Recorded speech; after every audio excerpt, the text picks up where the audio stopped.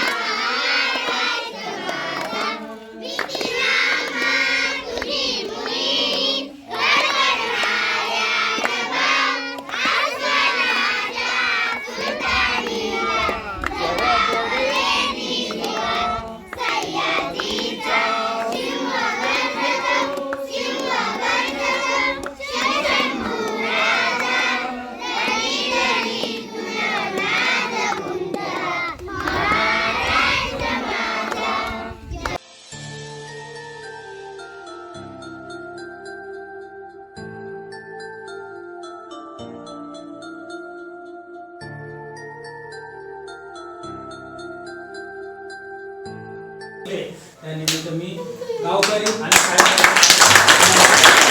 आणि सर्वच आमचे सदस्य या ठिकाणी उपस्थित राहून आम्हाला सर्वांना आपण संधी दिल्याबद्दल आम्ही आपले सर्वांचे आभार मानतो. आणि हा जो छोटासा उपक्रम आम्ही जो राबवतोय त्याला चांगल्या प्रकारे आपण संधी दिलीत, साथ दिलीत आणि याच्या पुढे काय असे अडीअडचणी असेल आम्ही तुमच्या सदैव पाठीशी राहू आणि जे काय छोटे मोठे तुम्हाला हातभार जेवढा लावता येईल आमच्या यथाशक्तीने तो आम्ही प्रयत्न करू.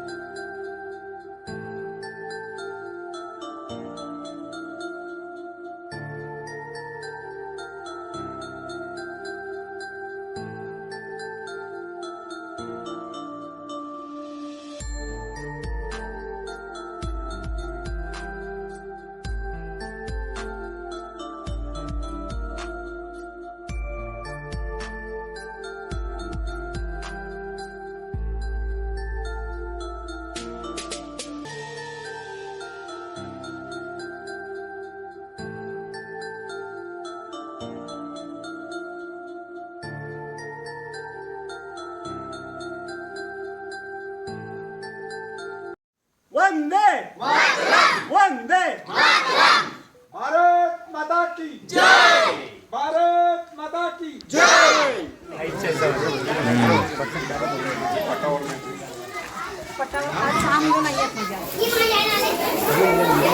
तुम्हा सर्वांचं स्वागत. आणि दुसरं गोष्ट म्हणजे मी बोलते की आपण जे दान देतो म्हणजे हे एक प्रकारचं दानच आहे आणि ते दान असं सत्पात्री असावं असं म्हणतात. आणि ते सत्पात्री दान देण्यासाठी आत्ता तरी सध्याच्या या युगात जर आपण बघितलं तर हा जो एक संस्थात्मक वर्ग आहे आणि त्या वर्गाच्या इथे आपली जी मदत आहे ती करणं आणि तिथपर्यंत तुम्ही पोहोचलात त्याच्यासाठी सर्वप्रथम मी तुम्हा सर्वांचा आभार मानते. आपण जी काही गोष्ट देतो त्याचा सदुपयोग झाला पाहिजे आणि ते योग्य ठिकाणी गेलं पाहिजे. राजर्षी शाहू महाराज यांची एक कथा आहे की त्यांच्याकडे कसा म्हणजे मागणारा याचक म्हणून जो आला होता तो त्यांच्याकडे असंच मागत होता काही की मला द्या, खायला द्या, पोटाला द्या किंवा पैसे असं जे काही मागत होता. त्यावेळी त्यांनी सांगितलं होतं की तुला चांगले हातपाय आहेत, तू धडधाकट आहेस, तुला देवाने एवढं चांगलं शरीर लाख मोलाचं दिलेलं आहे आणि त्याचा तू योग्य वापर न करता फक्त भिकाऱ्यासारखा याचक म्हणून जर माझ्याकडे मागत असेल तर मी तुला ते देणार नाही. आणि तुला जर घ्यायचं असेल तर त्यासाठी तुला काम करावं लागेल. त्यांनी त्याला एक कुऱ्हाड दिली आणि त्याला पहिल्यांदा लाकडं फोडायला लावली आणि त्याच्यानंतर त्याचा मोबदला म्हणून त्याला हे दिलं. म्हणजे त्याला त्यांनी पंगू बनवला नाही, हात पसरणारा याचक म्हणून त्याला हे केलं नाही, की त्याला पटवून दिलं की तुला जे शरीर दिलेलं आहे त्याचा तू योग्य उपयोग कर, म्हणजे तू मेहनत करून कमवून खाऊ शकतोस. तसं आम्ही सुद्धा या मुलांवर तो एक संस्कार करत असतो की फुकट कोणाचंही घ्यायचं नाही. जे घेणार आहोत, घेतलंच कोणी आपल्याला दिलंच तर त्याचा चांगला यथोचित उपयोग करणं हे आपलं कर्तव्य आहे. आणि आम्ही जे इथे येतो कधी कधी ही मुलं गैरहजर राहतात, आम्हाला अक्षरशः बोलवून आणावं लागतं, त्यांना सांगावं लागतं अरे तुमच्या घरी काय आहे, तिथे 2 शब्द तुम्हाला शिकवले ते चांगले कानावर पडले. तुम्ही आता जे म्हटलं ना की त्यांना पालकांना मोटिवेट करा, तर पालकांचा आणि आमचा कसं होतं माहितीये संपर्क, आम्ही तिथे जाऊ ना तेव्हा होतो. ही लोक कशी 6 वाजता निघून जाणार घरातून, ते संध्याकाळी 6 वाजता येणार, हातावर पोट आहेत काही जणांची, असं आहे. मग आम्ही काय करतो या मुलांनाच मोटिवेट करत असतो की इथून तुम्ही एखादी गोष्ट तुम्ही घरी जाऊन सांगा आणि तुमच्या पालकांना तुम्ही हे सांगा, झाडं लावायची आहेत, हे करायचंय ते करायचंय. आम्ही या मुलांना या अर्थाने तुम्ही आता ग्रामीण भागात पोहोचले आणि तुमची मदत आमच्या परिसरातल्या या लोकांना झाली. पुढे जाऊन याच्यातलेच चांगले अधिकारी होतील, याच्यातले चांगले नागरिक बनतील तुमच्या या प्रयत्नातून. आणि असेच तुम्ही याच्या पुढे आता तुम्हाला हा मार्ग ते मिळालाय. काही लोक संपर्कासारखी तर स्थानिक लोक आहेत ती तुम्हाला आज मी सोडून दिली. भले मी इथे पुढे असलो नसलो पण तुमचं कार्य कंटिन्यू असंच चालू राहील यासाठी मी तुम्हाला पण शुभेच्छा देतो. आणि तुम्ही हे सगळं केलं माझ्या एरियामध्ये आणि याच्यासाठी या मुलांचे पालक, याच्यात आमचा पण फायदा आहे. या मुलांचे पालक आमचे जंगल वाचवायला परत मदत करणार की आमच्या साहेबांनी आमच्या पोरांना बाबा हे मिळून दिलं. त्यांना माहित नाही की कोण आलं होतं, साहेब घेऊन आले होते अशी त्यांची भावना असते. नाही हा सगळा एकंदरीत याच्यातून जे चांगल्या गोष्टी आपल्याला मिळणार आहेत त्याचा एक चांगला परिणाम आपल्याला पुढे भविष्यात नक्कीच होईल.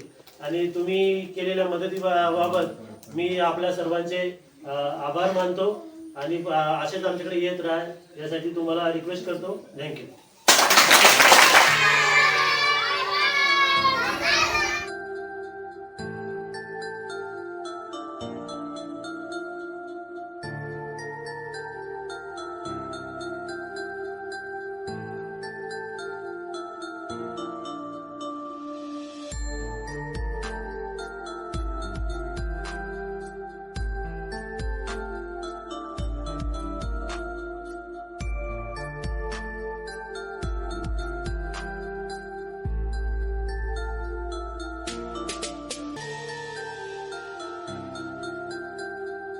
मूल्य न घेता हे सगळा हा प्रोग्राम करत असतात आणि असे गुरु सगळ्यांना भेटणं हे खरोखर गरजेचं आहे आणि ते गुरु आम्हाला भेटलं हे आमचं नशीब आहे.